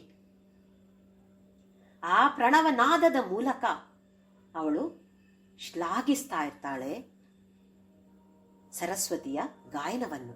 ಝಣತ್ಕಾರೈ ಸ್ತಾರೈ ಪ್ರತಿವಚನ ಮಾಚಷ್ಟ ಇವತೆ. ಅದಕ್ಕೆ ಮತ್ತೆ ಕೊಡುವಂತಹ ಪ್ರತಿವಚನ, ಅವಳ ಗಾಯನಕ್ಕೆ ಶ್ಲಾಘನೆ. ನಾವು ಹೇಳೋದಿಲ್ವ, ಭಾರಿ ಚೆನ್ನಾಗಿ ಹಾಡಿದ್ರಿ ನೀವು ಅಂತೆಲ್ಲ ಹೇಳೋದಿಲ್ವೇ? ಹಾಗಾಗಿ ಶಬ್ದಗಳ ಮೂಲಕ, ಅಂದ್ರೆ ಮಾತುಗಳ ಮೂಲಕ, ವಚನಗಳ ಮೂಲಕ ಹೇಳೋದು ಬದಲು ತನ್ನ ಕುತ್ತಿಗೆಯನ್ನ, ತಲೆಯನ್ನ ಅಲ್ಲಾಡಿಸಿದಾಗ ಈ ಝುಂಕದಿಂದ, ಕುಂಡಲದಿಂದ ಹೊರಡುವಂತಹ ನಾದದ ಮೂಲಕ ಪ್ರಶಂಸನೆಯನ್ನ ಮಾಡ್ತಾ ಇದ್ದಾಳೆ ಈ ಜಗನ್ಮಾತೆ. ಯಾರಾದ್ರೂ ಸಂಗೀತಕ್ಕೆ ಹೋಗಿದ್ದಾಗ, ಸಂಗೀತ ಕಚೇರಿಗೆ ಹೋಗಿದ್ದಾಗ ನಾವು ಸ್ವಲ್ಪ ಗಮನಿಸಿ ನೋಡೋಣ. ಹೌದು, ಹೀಗೆ ಮಾಡ್ತಿರ್ತಾರೆ ಜನ ಎಲ್ಲ. ಅಪ್ಪ ಎಷ್ಟು ಚೆನ್ನಾಗಿದೆ, ಎಷ್ಟು ಚೆನ್ನಾಗಿದೆ ಅಂತ ಹೀಗೆ ಮಾಡ್ತಾ ಇದ್ರೆ ನಮ್ಗೆ ಇದು ಜ್ಞಾಪಕಕ್ಕೆ ಬರಬೇಕು. ಓಹೋ, ಹೀಗೆ ಇವಳು ಮಾಡ್ತಾ ಇರ್ತಾಳೆ, ಅಬ್ಬಾ ಕೇಳಿಸ್ತಾ ಇದೆ ನನಗೆ. ಸ್ವಲ್ಪ ನಾವು ಅದಕ್ಕೆ ಗಮನ ಇಟ್ಟರೆ ಒಳಗಿನಿಂದ ಆ ಸ್ವರ ಕೇಳಿಸುತ್ತೆ ಅಂತ ಹೇಳ್ತಾರೆ ಈ ವ್ಯಾಖ್ಯಾನಕಾರರು. ಇದು ಒಂದು ರೀತಿಯಲ್ಲಿ ನೋಡುವಂಥದ್ದು. ಕೆಲವು ಪುಸ್ತಕಗಳಲ್ಲಿ ಈ ಥರದ ಅರ್ಥ ಇದೆ, ಇನ್ನು ಕೆಲವು ಪುಸ್ತಕಗಳಲ್ಲಿ ಸ್ವಲ್ಪ ಬದಲಾವಣೆ ಇದೆ. ಅದರಲ್ಲಿ ಏನು ಹೇಳ್ತಾರೆ ಅಂತ ಹೇಳಿದ್ರೆ, ಸರಸ್ವತಿ ಜಗನ್ಮಾತೆ ಕೇಳುವ ಬದಲು ಸರಸ್ವತಿ ಜಗನ್ಮಾತೆಯ ಮಾತನ್ನ ಕೇಳ್ತಾಳೆ.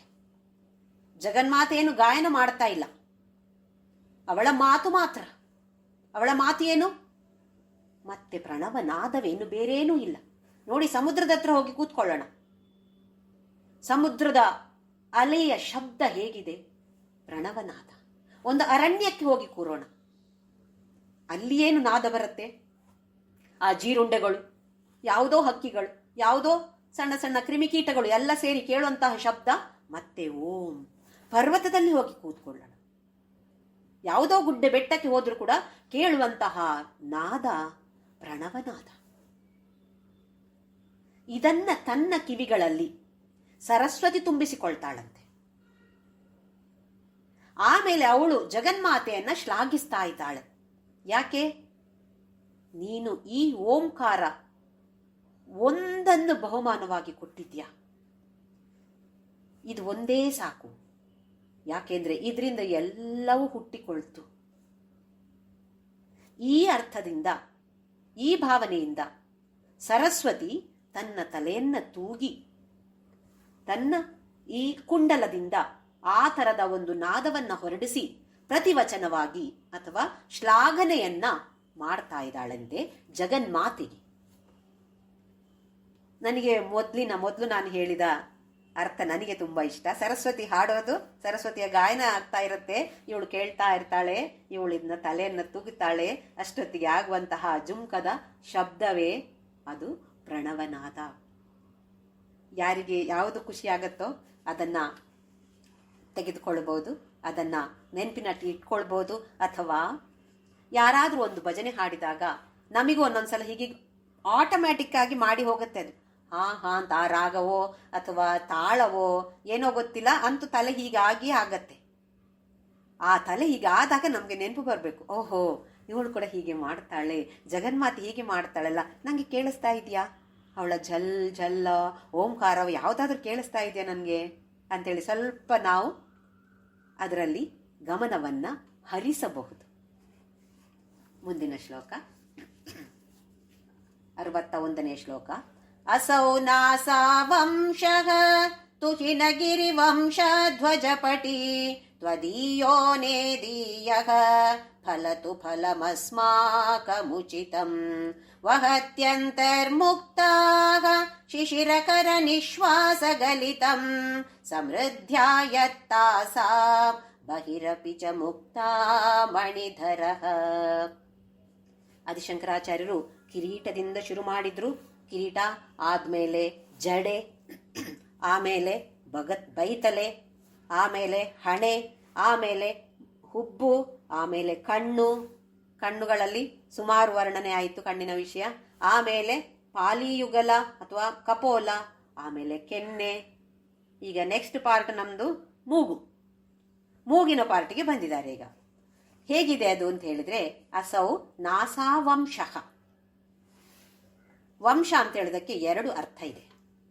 ಒಂದು ಕುಲ, ನಾವು ಹೇಳ್ತೀವಲ್ಲ ನಿಮ್ಮ ಯಾವುದು ವಂಶ ಅಂತೆಲ್ಲ ಹೇಳ್ತೀವಿ, ಸಾಮಾನ್ಯವಾಗಿ ಉಪಯೋಗಿಸುವಂಥದ್ದು ಕುಟುಂಬ. ಇನ್ನೊಂದು ಅರ್ಥ ಬಿದಿರು, ಬ್ಯಾಂಬು. ಎಲ್ಲರೂ ನೋಡೇ ಇರ್ತೀವಿ ಬಿದಿರು. ಈ ಮೂಗಿನ ದಂಡ, ನಾಸಾದಂಡ, ಇದನ್ನ ಬಿದಿರಿಗೆ ಹೋಲಿಸ್ತಾ ಇದ್ದಾರೆ ಆದಿಶಂಕರಾಚಾರ್ಯರು. ಯಾಕೆ ಅಂತ ನೋಡೋಣ. ನವಚಂಪಕ ಪುಷ್ಪಾಭ ನಾಸಾ ದಂಡ ವಿರಾಜಿತ ಅಂತೇಳಿ ಲಲಿತಾ ಸಹಸ್ರನಾಮದಲ್ಲಿ ಹೇಳ್ತೇವೆ. ಸಂಪಿಗೆ ಹೂವಿನ ಹಾಗೆ ಇದೆ ನಿನ್ನ ಮೂಗು ಅಂತೇಳಿ. ನಾಸಾ ದಂಡ ಅಂದ್ರೆ ಇಲ್ಲಿಂದ ಇಲ್ಲಿವರೆಗಿರುವಂತಹ ಈ ಭಾಗ. ತುಹಿನಗಿರಿ ವಂಶ ಧ್ವಜಪಟಿ. ತುಹಿನ ಅಂತ ಹೇಳಿದ್ರೆ ಮಂಜು, ಹಿಮ, ಸ್ನೋ. ತುಹಿನ ಗಿರಿವಂಶ ಧ್ವಜಪಟಿ. ಗಿರಿವಂಶ ಪರ್ವತ ವಂಶದ ಧ್ವಜವನ್ನ ಎತ್ತಿ ಹಿಡಿದಿದ್ದಾಳೆ ಜಗನ್ಮಾತೆ. ಅಂದ್ರೆ ಅವಳು ಹಿಡ್ಕೊಂಡಿದ್ದಾಳೆ ಅಂತಲ್ಲ. ಎತ್ತಿ ಹಿಡಿಯೋದಂದ್ರೆ ಏನು? ಹೆಸರು ತರುವಂಥದ್ದು, ಫೇಮಸ್ ಆಗುವಂಥದ್ದು, ಪ್ರಸಿದ್ಧಿಯನ್ನ ಪಡೆಯುವಂಥದ್ದು. ನಾವು ಹೇಳೋದಿಲ್ವಾ, ಬಹಳ ಹೆಸರು ಹೋದವರು, ಏನು ಹೆಸರು ಹೋಯ್ತು ಅಂತಲ್ಲ, ಅವರ ಹೆಸರು ಹೋಯ್ತು ಅಂತಲ್ಲ, ಬಹಳ ಪ್ರಸಿದ್ಧರಾದ್ರು, ಯಾವುದೋ ಒಂದು ಸಾಧನೆಯನ್ನ ಮಾಡಿ ಪ್ರಸಿದ್ಧರಾದವರು. ಹಾಗೆ ಇವಳು ಎಲ್ಲ ಸಾಧನೆಯೂ ಅವಳದ್ದೇ. ಗಿರಿವಂಶ ಧ್ವಜಪಟಿ. ತ್ವದೀಯೋ ನೇದೀಯಃ ಫಲತು ಫಲಂ ಅಸ್ಮಾಕಂ ಉಚಿತಂ. ನೇದೀಯಃ ಬೇಗ, ಕೂಡ್ಲೆ, ತಕ್ಷಣ ಕೊಡುವಂಥದ್ದು ಯಾವುದು? ಫಲವನ್ನ ಕೊಡುವಂಥದ್ದು ನಿನ್ನ ಈ ಮೂಗು. ನಾಸಾದಂಡ ನಿನ್ನದು ಹೇಗಿದೆ ಅಂತ ಹೇಳಿದ್ರೆ ಎಲ್ಲರಿಗೂ ಕೂಡ ತತ್ಕ್ಷಣ ಫಲವನ್ನ ಕೊಡುವಂಥದ್ದು. ಹೇಗಿರುವ ಫಲ? ಅಸ್ಮಾಕಂ ಉಚಿತಂ ಯಥಾ ಯೋಗ್ಯಂ ತಥಾ ಕುರು. ನಾನು ಕೇಳಿದ್ದೆಲ್ಲ ಕೊಡಬೇಡ, ನಾನು ಕೇಳ್ತಾ ಹೋಗ್ತೇನೆ. ಹನುಮಂತನ ಬಾಲದ ಹಾಗೆ ಲಿಸ್ಟ್ ಇದೆ ನಂದು. ಅದು ಕೊಡು, ಇದು ಕೊಡು, ಇದು ಕೊಡಬೇಡ, ಅದು ಕೊಡಬೇಡ, ಈ ಪರಿಸ್ಥಿತಿ ತರಬೇಡ, ನನಗೆ ರೋಗ ಬೇಡ, ನನಗೆ ಹೀಗೆ ಆಗಬೇಕು ಅಲ್ವೇ? 1 2 ನಮ್ಮ ಬಗ್ಗೆ ಇದೆ, ಗಂಡನ ಬಗ್ಗೆ, ಹೆಂಡತಿಯ ಬಗ್ಗೆ, ಮಕ್ಕಳ ಬಗ್ಗೆ, ಮೊಮ್ಮಕ್ಕಳ ಬಗ್ಗೆ, ಇನ್ನು ಆಚೆ ಮನೆಯವರಿಗೆ ಒಳ್ಳೇದಾಗಬೇಕು, ಈಚೆ ಮನೆಯವರಿಗೆ ಕೆಟ್ಟದಾಗಬೇಕು. ಎಷ್ಟೊಂದು ಕೋರಿಕೆಗಳು ನಮಗೆ. ಲಿಸ್ಟ್ ಕೊಟ್ಟು ಆಮೇಲೆ ಅವಳ ಹತ್ರ ಹೇಳ್ಬೇಕಂತೆ. ಕೊಡದೇ ಇದ್ರೆ ಒಳ್ಳೇದು, ಅದೇ ಕೊಡ್ತಾ ಇರ್ತೇವಲ್ಲ, ಏನ್ ಮಾಡೋದು ಹೇಳಿ. ಕೊಟ್ರೆ ಅವಳ ಹತ್ರ ಹೇಳ್ಬೇಕಂತೆ, ಎಲ್ಲವನ್ನು ನನಗೆ ಕೊಡಬೇಡ, ಯಾವುದು ನನಗೆ ಉಚಿತವೋ, ನಾನು ಸಾಧನಾ ಪಥದಲ್ಲಿ ಮುಂದಕ್ಕೆ ಸಾಗಬೇಕಾದ್ರೆ ನನಗೆ ಯಾವುದು ಉಚಿತವೋ ನನಗೆ ಗೊತ್ತಿಲ್ಲ. ಯಾವುದು ಉಚಿತವೋ ಅದನ್ನ ಮಾತ್ರ ನನಗೆ ಕೊಡು. ಹಾಗೆ ಇಲ್ಲಿ ಫಲ ಅವಳು ಕೊಡ್ತಾಳಂತೆ. ನಾವು ಹೇಳಬೇಕಾಗಿಲ್ಲ ಅವಳಿಗೆ, ಅವಳೇ ಹಾಗೆ ಕೊಡ್ತಾಳೆ ನಮಗೆ. ಯಾಕೆ? ನಾವು ಅವಳ ಮಕ್ಕಳಲ್ವೇ. ನಾವು ಕೂಡ ನಮ್ಮ ಮಕ್ಕಳು ಕೇಳಿದೆಲ್ಲ ಕೊಡ್ತೀವಾ? ಕೇಳ್ತಾ ಹೋಗ್ತಾರೆ, ಅವ್ನು 5 ಸ್ಟಾರ್ ಕೊಡು. ಅಲ್ಲ, ಚಿಕ್ಕ ಚಿಕ್ಕ 5 ಸ್ಟಾರ್ ಕಾಣೋದೇ ಇಲ್ಲ ಈಗ ಮಕ್ಕಳಿಗೆ. ಇಷ್ಟು ದೊಡ್ಡದು ಬೇಕು, ದೊಡ್ಡದು ಇದ್ದ ಸಣ್ಣ ಚಾಕ್ಲೇಟ್, 2 ರೂಪಾಯಿ ಚಾಕ್ಲೇಟ್ ಎಲ್ಲ ಯಾರಿಗೂ ಬೇಡ. ಈಗ ಮಕ್ಕಳು ಕೊಟ್ರೆ ಅಜ್ಜಿ ಇದೆ ಅಂತ, ಅಜ್ಜಿ ಇದು ಬೇಡ, ದೊಡ್ಡದು ಕೊಡಜ್ಜಿ ಅಲ್ವೇ. ನಮಗೆ ಕೊಡ್ತಾ ಹೋದ್ರೆ ನಮ್ಗೆ ಎಲ್ಲವೂ ಬೇಕು. ಆದರೆ ಸಾಧನಾ ಪಥದಲ್ಲಿ, ಅಧ್ಯಾತ್ಮ ಪಥದಲ್ಲಿ ಮುಂದಕ್ಕೆ ಸಾಗಬೇಕಾದ್ರೆ ನಮ್ಗೆ ಯಾವುದು ಒಳ್ಳೇದು ಅದು ಅವಳಿಗೆ ಮಾತ್ರ ಗೊತ್ತಿದೆ. ಹಾಗಾಗಿ ಆದಿಶಂಕರಾಚಾರ್ಯ ನೋಡಿ ಎಷ್ಟು ನಮ್ರತೆಯಿಂದ ಹೇಳ್ತಾರೆ, ಯಾವುದು ನನಗೆ ಉಚಿತವೋ ಅದನ್ನು ಮಾತ್ರ ಕೊಡುವಂಥದ್ದು ನಿನ್ನ ನಾಸಾದಂಡ. ವಹತ್ಯಂತರ್ ಮುಕ್ತಾಹ. ಮುಕ್ತ ಅಂತ ಹೇಳೋದಕ್ಕೆ ಕೂಡ 2 ಅರ್ಥ ಇದೆ. ಒಂದು ಮುಕ್ತಿಯನ್ನ ಪಡೆಯುವಂಥದ್ದು, ಇನ್ನೊಂದು ಮುತ್ತು, ಪರ್ಲ್. ಮುತ್ತಿಗೆ ಕೂಡ ಮುಕ್ತ ಅಂತ ಹೆಸರಿದೆ. ಈ ಮೂಗಿನಿಂದ, ಅವಳ ಮೂಗಿನಿಂದ, ನಾಸಾದಂಡದಿಂದ ಮುತ್ತುಗಳು ಹೊರಗಡೆ ಬರ್ತಾ ಇವೆ ಅಂತೆ. ಒಂದರ್ಥ, ಮುತ್ತಿನ ಅರ್ಥ ನೋಡಿದ್ರೆ ಮುತ್ತುಗಳು ಹೊರಗಡೆ ಬೀಳ್ತಾ ಇದೆ, ಪ್ರವಹಿಸ್ತಾ ಇದೆ. ವಹಂತಿ ಶಿಶಿರಕರ ನಿಶ್ವಾಸಗಲಿತಂ. ನಮ್ಮ ಮೂಗಿನ 2 ಹೊಳ್ಳೆಗಳಲ್ಲಿ ಎಡದ ಭಾಗದ್ದು ಇಡಾನಾಡಿಯ ಕನೆಕ್ಟ್ ಆಗಿರುವಂಥದ್ದು ಚಂದ್ರ, ಬಲದ ಬದಿದ್ದು ಈ ಹೊಳ್ಳೆ ಸೂರ್ಯಂದು. ನಮ್ಮ ಬಲಬದಿ ಯಾವತ್ತು ಸೂರ್ಯ, ಎಡದ ಬದಿ ಚಂದ್ರ. ಇಡ ಅಂತ ಹೇಳಿದ್ರೆ ಎಡದ ಬದಿ, ಪಿಂಗಲ ಅಂತ ಹೇಳಿದ್ರೆ ಬಲದ ಬದಿಯ ನಾಡಿ. ಇಡ ಅಂದ್ರೆ ಎಡಬದಿಯಲ್ಲ, ಎಡದ ಬದಿಯ ನಾಡಿ. ಇಲ್ಲಿ ಶಿಶಿರಕರ ನಿಶ್ವಾಸಗಲಿತಂ. ಶಿಶಿರಕರ ಅಂತ ಹೇಳಿದ್ರೆ ಚಂದ್ರ. ಎಡದ ಹೊಳ್ಳೆ ಯಾವತ್ತು ಕೂಡ ತಂಪಾಗಿರತ್ತೆ, ಬಲದ ಹೊಳ್ಳೆ ಯಾವತ್ತು ಕೂಡ ಬಿಸಿಯಾಗಿರತ್ತೆ ಅಂತೆ. ನಾವಿದನ್ನೆಲ್ಲ ಗಮನಿಸೋದೇ ಇಲ್ಲ. ಎರಡೂ ಒಂದೇ ತರವಾಗಿ ಇರೋದೇ ಇಲ್ಲ ಅಂತೆ ಯಾವತ್ತು ಕೂಡ. ಎಡದ ಬದಿ ಚಂದ್ರ, ಶಿಶಿರಕರ ನಿಶ್ವಾಸಗಲಿತಂ. ಹೇಗಿದೆ ಶ್ವಾಸ ನಿಶ್ವಾಸ? ಎಡದ ಕಡೆಯಲ್ಲಿ ತಂಪಾಗಿದೆ, ಬಲದ ಕಡೆಯಲ್ಲಿ ಬಿಸಿಯಾಗಿದೆ. ಈಗ ಅವಳು ಯಾರು? ತುಹಿನಗಿರಿ ವಂಶ.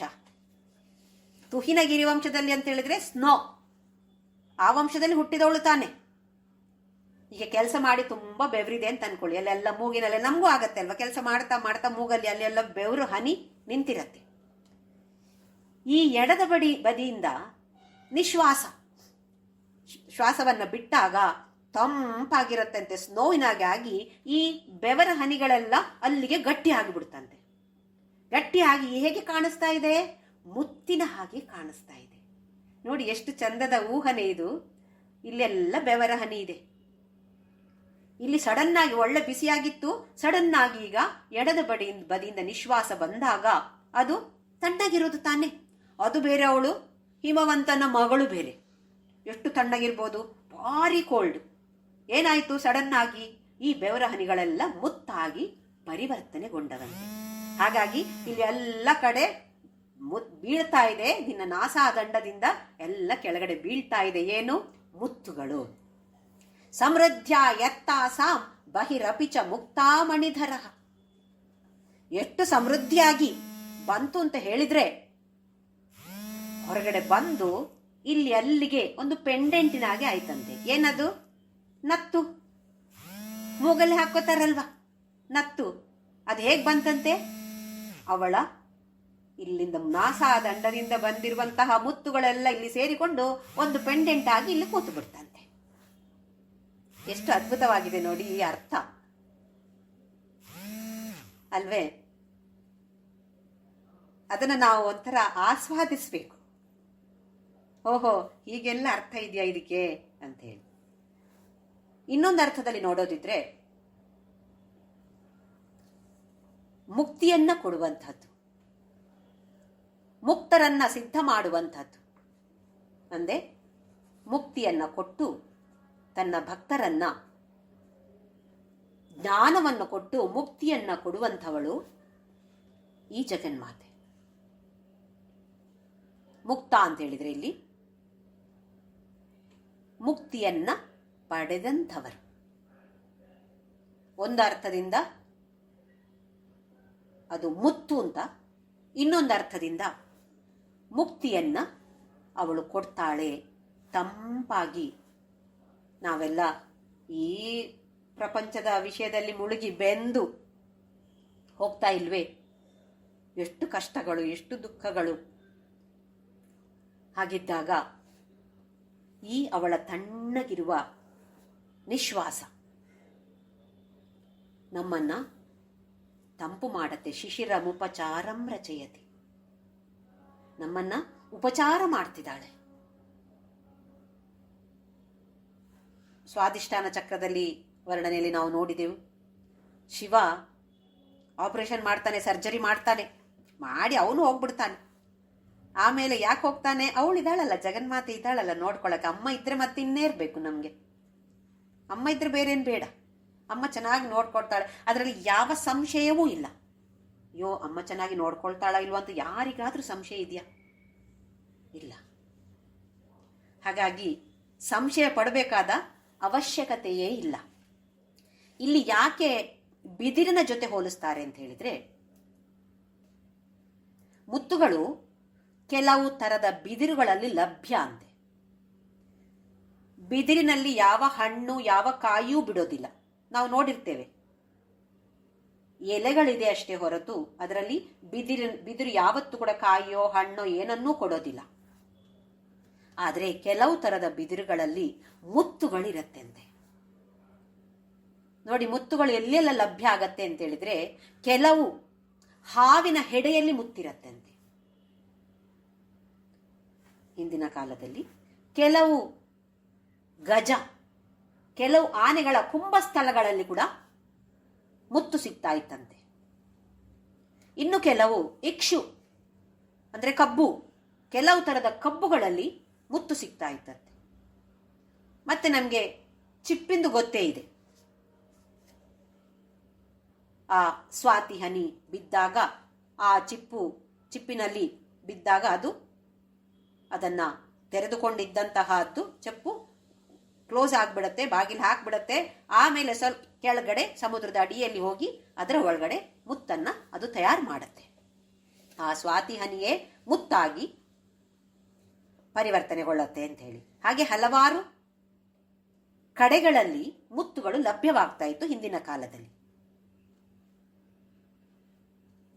ಈ ನಾಸಾದಂಡವೂ ಕೂಡ ಯಾವ ಹೂ ಹಣ್ಣು ಕೊಡದೇ ಇದ್ರೂ ಕೂಡ ಮುಕ್ತಿ ಅಂತ ಹೇಳುವ ಮುತ್ತನ್ನ ಕೊಡುವಂಥದ್ದು ನಿನ್ನ ನಾಸಾದಂಡ. ಹಾಗಾಗಿ ಇಲ್ಲಿ ವಂಶ, ನಾಸಾ ವಂಶ ಎರಡು ಅರ್ಥದಿಂದಲೂ ನೋಡ್ಬೋದು. ಹಿಮವಂತನ ವಂಶದವಳು ನಿನ್ನ ನಾಸಾದಂಡ ಅಂತ ಹೇಳೋದು ಬಿದಿರಿನ ಹಾಗಿದೆ.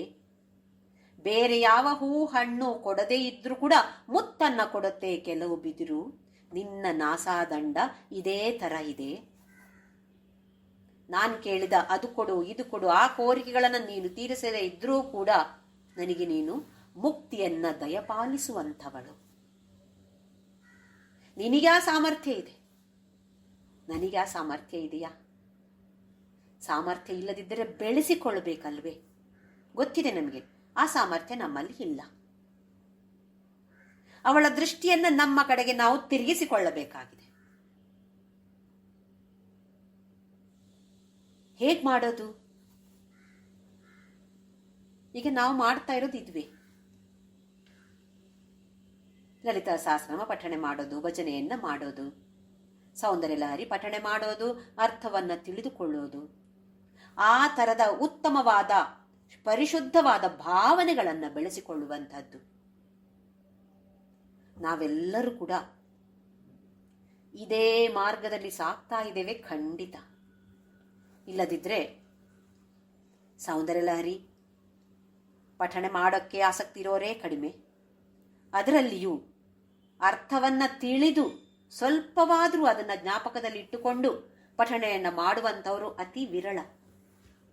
ಅದರಲ್ಲಿ ನಾವು ಇದ್ದೇವೆ ಅಂತ ಆದ್ರೆ ಖಂಡಿತವಾಗಿಯೂ ಈ ಸಾಧನಾ ಪಥದಲ್ಲಿ ನಾವು ಮುಂದಕ್ಕೆ ಖಂಡಿತವಾಗಿಯೂ ಸಾಕ್ತಾ ಇದ್ದೇವೆ. ನಾವಾ ಸಾಗೋದು? ಅವಳು ತಾನೇ ನಮ್ಮನ್ನ ಹೇಳ್ಕೊಳ್ಳೋದು. ಹಾಗಾಗಿ ಆ ಸಾಮರ್ಥ್ಯ ನಮ್ಮಲ್ಲಿ ಇಲ್ಲ ಅಂತ ನಾವು ಅನ್ಕೊಳ್ಳೇಬಾರ್ದು. ಇದೆ, ನನ್ನ ಪ್ರಯತ್ನವನ್ನು ನಾನು ಮಾಡ್ತೇನೆ, ಅವಳ ಅನುಗ್ರಹ ನನ್ನ ಮೇಲೆ ಖಂಡಿತವಾಗಿಯೂ ಇದೆ. ಇಷ್ಟು ಭರವಸೆ ನಮಗೆ ಬೇಕು, ಇಷ್ಟು ವಿಶ್ವಾಸ ನಮಗೆ ಬೇಕಾಗಿದೆ. ಈ ವಿಶ್ವಾಸ, ಶ್ರದ್ಧೆ, ಪ್ರೇಮ, ಭಕ್ತಿಯಿಂದ ನಾವು ಅವಳ ವರ್ಣನೆಯನ್ನ ಮಾಡೋದೋ, ಕೇಳೋದೋ, ಹಾಡೋದೋ ಯಾವುದು ಮಾಡಿದ್ರೂ ಕೂಡ ಖಂಡಿತವಾಗಿಯೂ ಅವಳ ಕರುಣಾ ದೃಷ್ಟಿಯನ್ನ, ಶೃಂಗಾರ ದೃಷ್ಟಿಯನ್ನ ನಮ್ಮ ಮೇಲೆ ಖಂಡಿತವಾಗಿಯೂ ಹರಿಸ್ತಾಳೆ ಅಂತ ಹೇಳಿ ನಮ್ಮ ವ್ಯಾಖ್ಯಾನಕಾರರು ಹೇಳುತ್ತಾರೆ. ನಾವು ಅದನ್ನ ಅಂಥವರ ಮಾತುಗಳ ಮೇಲೆ ವಿಶ್ವಾಸವನ್ನಿಟ್ಟು ನಮ್ಮ ಪ್ರಯತ್ನವನ್ನ ಖಂಡಿತವಾಗಿಯೂ ನಾವು ಮಾಡೋಣ.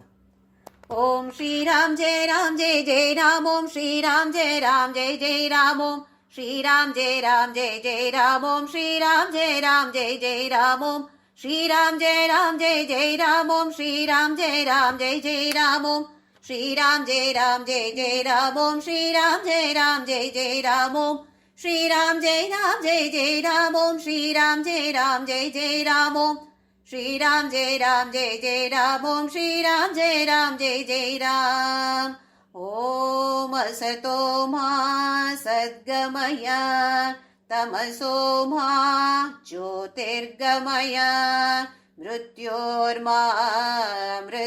गमय ओम शांति शांति शांतिः लोका समस्ता सुखिनो भवन्तु लोका समस्ता सुखिनो भवन्तु लोका समस्ता सुखिनो भवन्तु।